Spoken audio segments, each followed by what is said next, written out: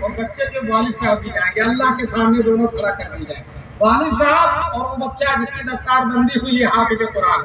اللہ تعالیٰ اس بیٹے سے کہے گا، اس حافظ سے کہے گا پڑھتے جاؤ پڑھتے جاؤ پڑھو، چنانچہ وہ ایک آیت پڑھے گا اور باپ کا ایک درجہ بڑھے گا، دوسری آیت پڑھے گا باپ کا دوسرا درجہ، تیسری آیت پڑھے گا باپ کا تیسرا، بیٹا پڑھتا جائے گا اور باپ کا درجہ بڑھتا چلا جائے گا۔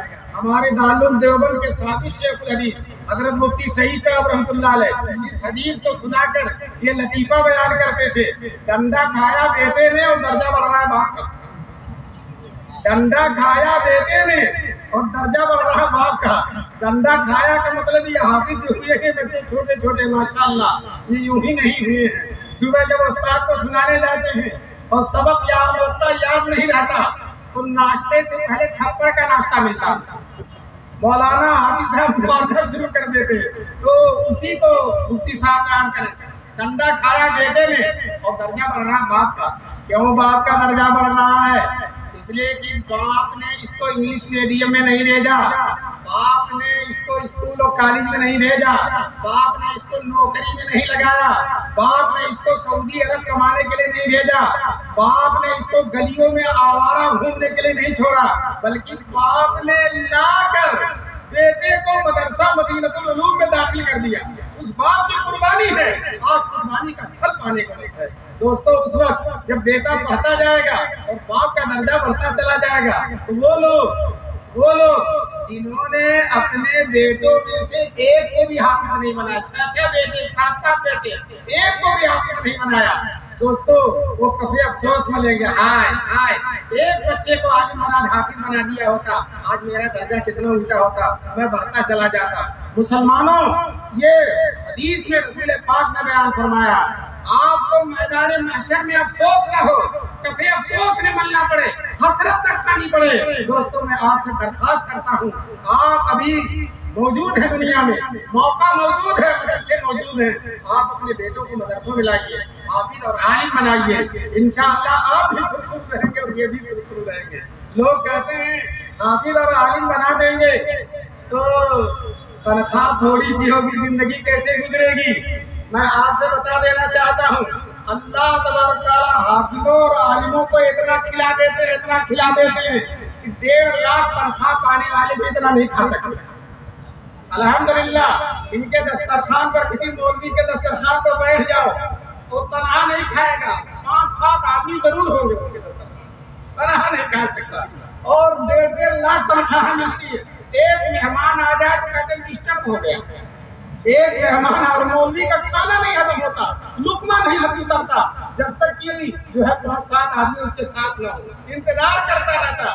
یہ سنت ابراہیمی پر چلنے والے علماء، ابراہیم علیہ السلام کا حال یہ ہے کہ جب تک مہمان نہیں ہوتا تھا تب تک ان کا دسترخوان بچتا ہی نہیں تھا۔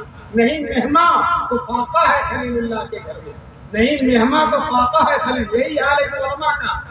ابھی میں نے حضرت شیخ الاسلام کا نام لیا، ان کی تنخواہ 500 روپے تھی اور 50 مہمان روزانہ کھاتے تھے، کم سے کم 50 مہمان روزانہ ان کے دسترخوان پر کھاتے تھے۔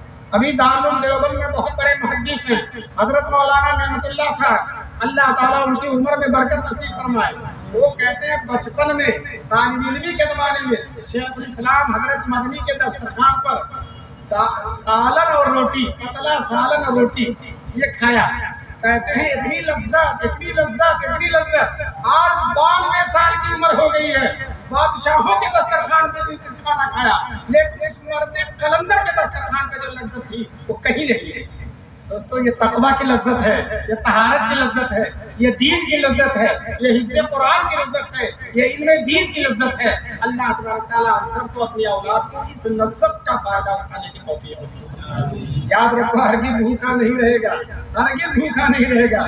دوستو مولوی کو کم سے کم جو ملازمت ملتی ہے وہ مسجد کی ملتی ہے، مسجد اللہ کا گھر ہے، کم سے کم ملازمت مسجد کی، یا تو مؤذن ہوگا یا تو امام ہو جائے گا۔ دوستو اللہ تعالیٰ کبھی علماء کو بھوکا نہیں رکھتے، ذلیل نہیں کرتے، لیکن اگر ان میں دین نہیں ہے تو بڑی ذلت کا سامنا ہوتا۔ میں علی گڑھ میں ایک رکشے پر بیٹھا، رکشے والا پینٹ وغیرہ پہنے ہوئے تھا، میں نے ان سے یوں ہی پوچھ دیا کب سے رکشہ چلا رہے ہو؟ کہنے لگا جب سے BA پڑھا جبھی سے چلا رہا ہوں۔ جب سے BA پڑھا، جب سے میں نے کہا تم بوڑھے آدمی کا مذاق اڑاتے ہو، بوڑھے کا مذاق اڑاتے ہو، تو وہ کہنے لگا چچا مذاق نہیں اڑا رہا، صحیح کہہ رہا ہوں۔ جب BA پڑھا، پیسہ ویسا بہت اچھا خاصا خرچ ہوا، اس کے بعد نوکری کے لیے ادھر ادھر اپلائی کی درخواست دی، یہاں دیا وہاں دیا، دوڑتے دوڑتے جوتا کھس گیا، پیسہ ختم ہو گیا، کوئی نوکری نہیں ملی، تو مجبوراً رکشہ چلا رہا۔ دوستو یاد رکھو، عالم اگر ہے فارغ ہوتے ہی اس کو نوکری مل جائے گی، اور تھوڑی سی تنخواہ اور بہت زیادہ برکت ہوگی۔